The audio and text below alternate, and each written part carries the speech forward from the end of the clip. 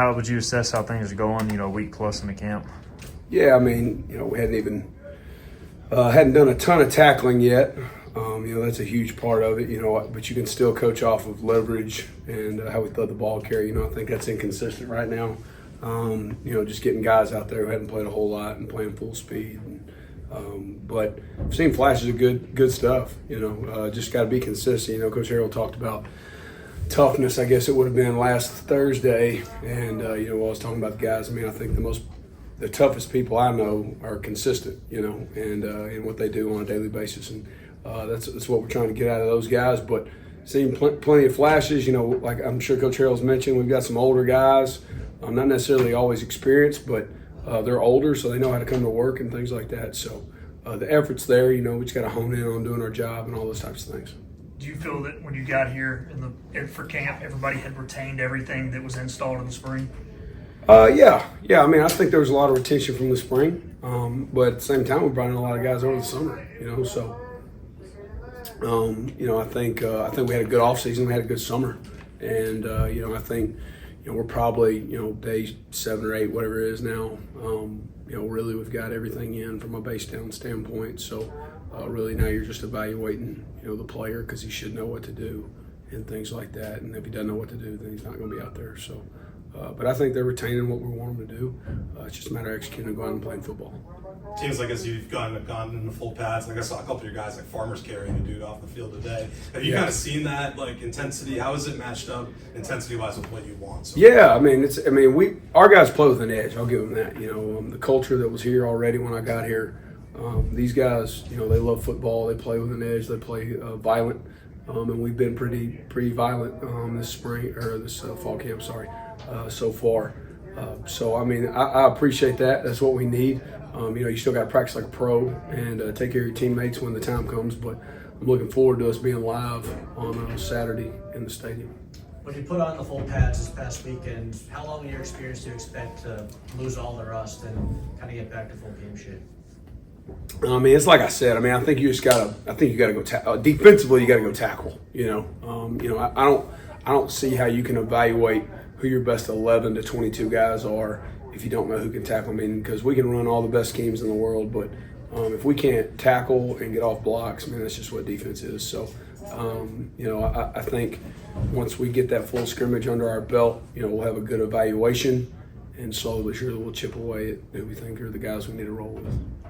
Is there a guy or a group of guys that, seemingly have made a jump since spring to now just based on things clicking a little bit mentally, or what you've seen? Probably I think that first group of safeties is pretty salty. Jamarly and Demarius Hines and Teagan and KJ Merrill and those guys, they're kind of the top 4 that kind of rotate in there a lot. And I've been pleased with them this camp so far. Marley, had a really good freshman year. I know I wasn't here, but if I watched the tape, he had a really good freshman year, and him taking a big jump as a sophomore will be a huge deal. And then you got Demarius Hines, who kind of took on a bigger role as the season went on, and I think he's going to be a big-time player for us at safety. And then Teagan's well-known around here.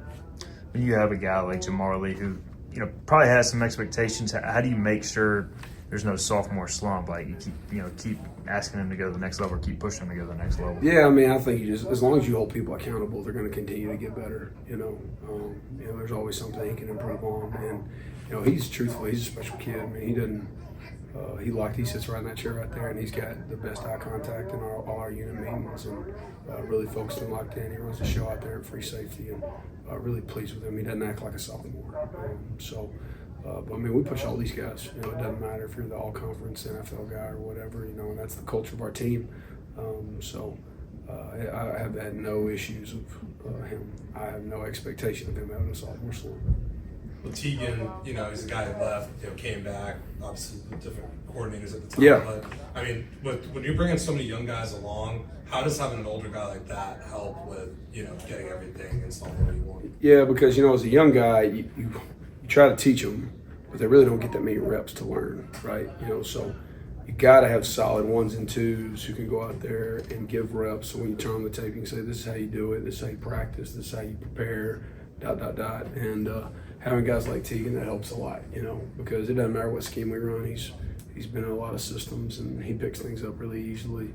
He moves around a lot. He's kind of a Swiss Army knife for us. So, a lot of guys are learning from him, not just the young guys, even the juniors. I feel like I learn things from him.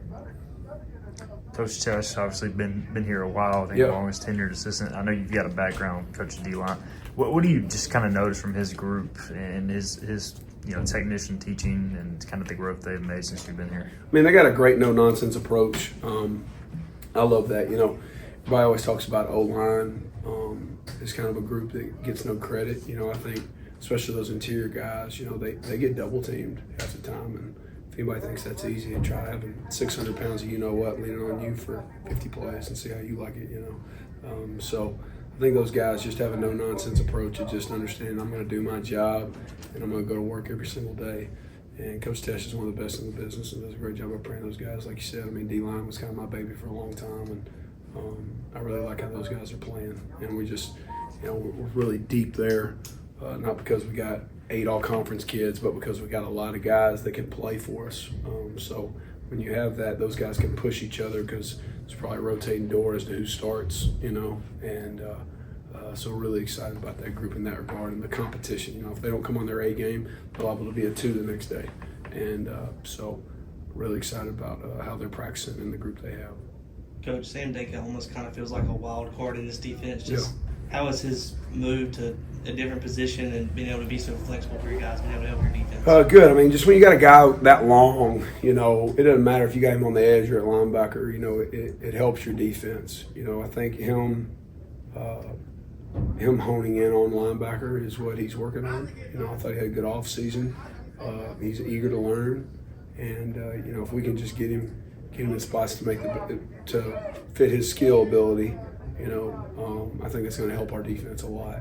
He makes a lot of plays. You look out there, he didn't even start last year, and I remember watching film. He had a big interception versus Tulsa and some other things. The guy just makes plays. He gets his hands on the ball. He gets after the quarterback. So we just got to find ways to create good matchups for him to go make plays, and that's my job. So, What are the biggest things you want to see in this first scrimmage Saturday?